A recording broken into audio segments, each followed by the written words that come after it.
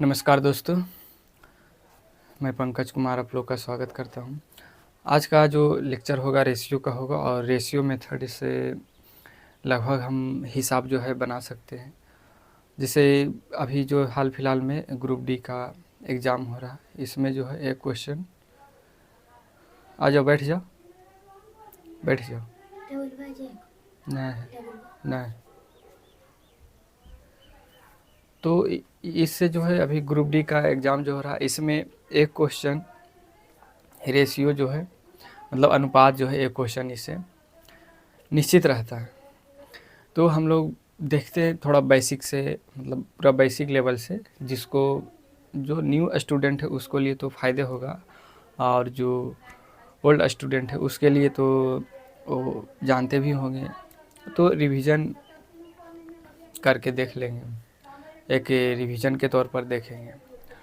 और मैथ ऐसा सब्जेक्ट है कि अगर रिवीजन नहीं करते तो आज निकल मतलब उतना ही जाएगा। तो रेशियो से शुरू करते हैं। रेशियो क्या होता है?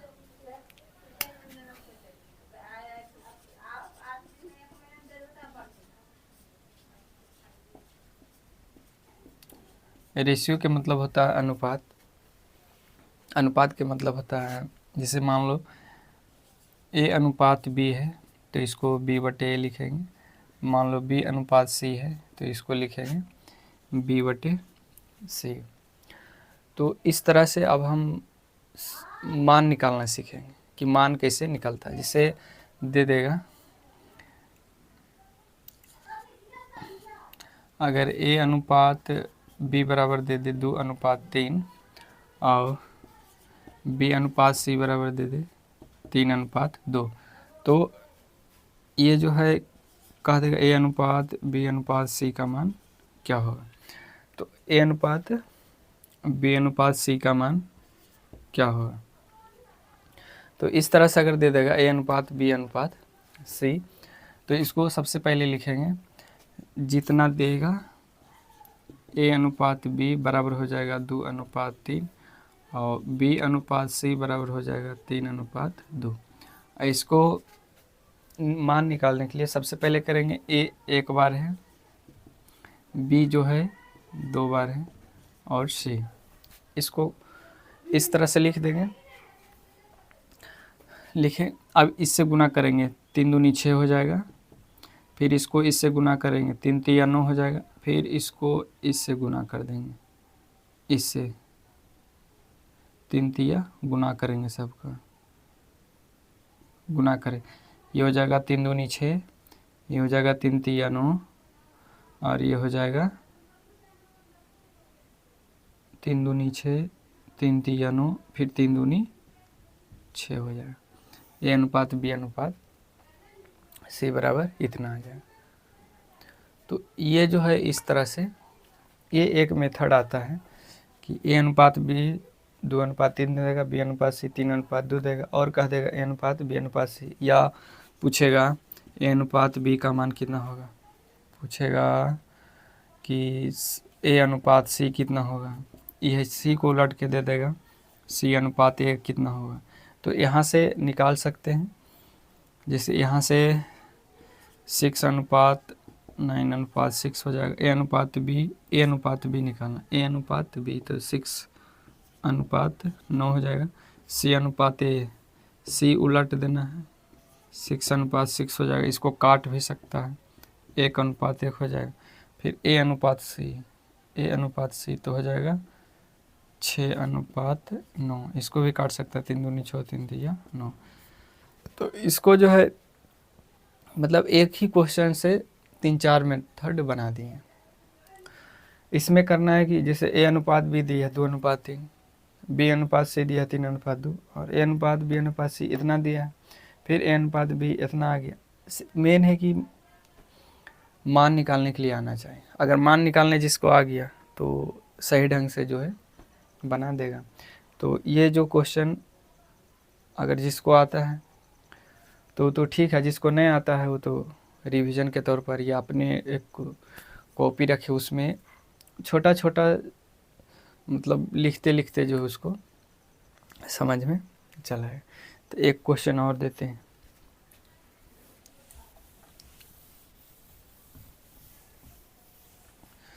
जैसे एक क्वेश्चन और देते हैं, जिसे ए अनुपात बी बराबर दे देगा 5:3, अब बी अनुपात सी बराबर दे देगा 3:2।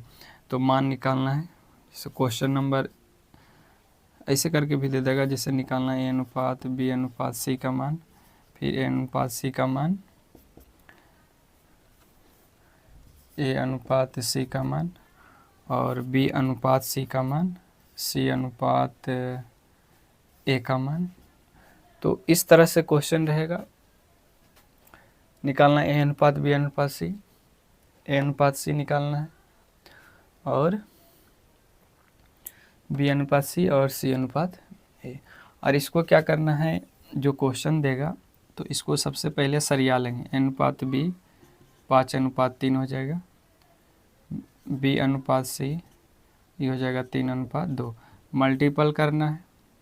सबसे पहले ए अनुपात बी अनुपात सी लिख लेंगे, ए अनुपात बी अनुपात सी लिख लेंगे।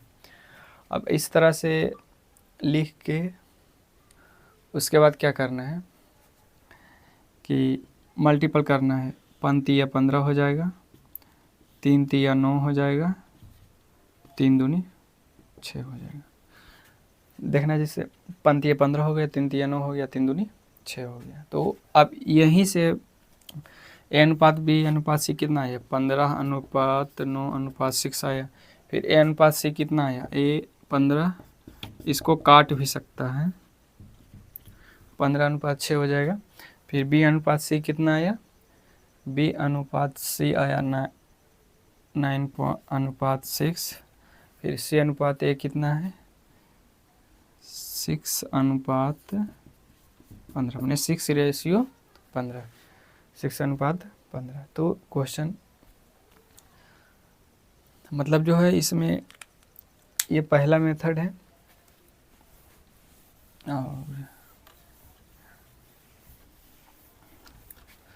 और दूसरा मेथड जो है बताते हैं। दूसरा मेथड इस तरह से रहेगा, दे देगा ए अनुपात बी अनुपात सी,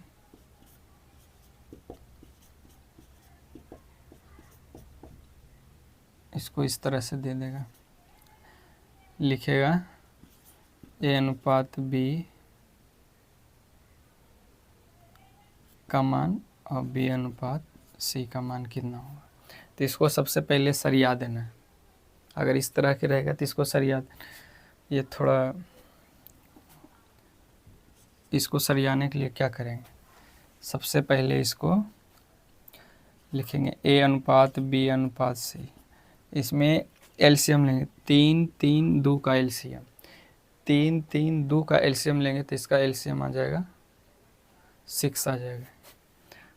इसका एलसीएम कितना हो जाएगा 6, और मल्टीपल 6 करेंगे, अनुपात के चिन्ह, फिर 2 अनुपात 2/3 और 6 अनुपात 4/2 और गुना 6 हो जाएगा।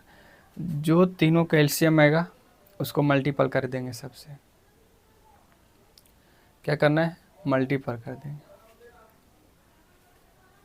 फिर काट देंगे, 3 दूनी 6, 3 दूनी 6, 2 3 6 आ जाएगा 2:4:12।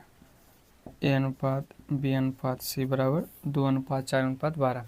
मान लो कि पूछ दे ए अनुपात बी कितना होगा, तो 2:4 होगा। बी अनुपात सी कितना होगा, तो 4:12 होगा। सी अनुपात ए कितना होगा, तो 12:2 होगा। इसको काट भी सकता है, 2 दूनी 4, 1:2, 4 तिया 12, 1:3, 2 छक 12, 6:1। तो इस तरह से भी जो कटता है उसको काट भी सकते हैं, जो नहीं कटता है उसको छोड़ भी सकते हैं। तो ये 2 मेथड है, बता दिए।